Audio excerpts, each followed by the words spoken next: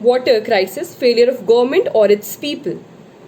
One thing is clear before getting into the debatable part, that be it the government or its people, the people of the country are at loss. By 2030, the world is projected to face a 40% deficit in its demand for water. India, with its growth ambitions and a billion hopes, is vulnerable. It is important to understand how it is not the lack of resources, rather the lack of policy implementation that is to be put into dock. The current coronavirus pandemic isn't making this national problem easier to handle either. About 82% of rural households are without piped water supply. Washing of hands isn't a luxury millions of us can afford, nor is keeping ourselves hydrated.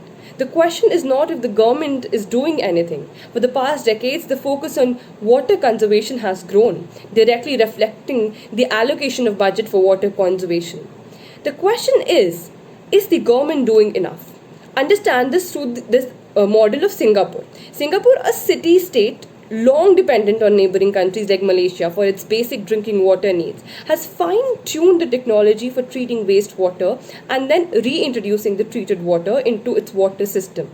With its technological advancement and management system, they were able to deal with the potential drought without even letting the news affect its citizen, as the availability and purity of their drinking water remained unaffected. The point of subject is that water conservation is an interweaved plan of engineering and execution. Failure of either one leaves the system handicapped. The progress and success of a program or scheme do not depend solely on the financial provision, but are also related to the planning of expenditure, stage of expenditure, approach of expenditure. This year's union budget estimate reflects three things prominently. One, there is a significant gap between the estimated budget allocation and actual expenditure. Second, though the government has prioritized drinking water and sanitation sector, all other livelihoods, economic and ecological aspects are sustainably under allocated. And third, and the most important, the approach is largely inclined towards an engineering approach rather than an interdisciplinary inclusive model. Another country, Brazil, which has more fresh water than any other country in the world, faced a drought in 2014, while Israel, with no solid resource of drinkable water, is exporting water to Gulf country, as they have developed a robust desalination system.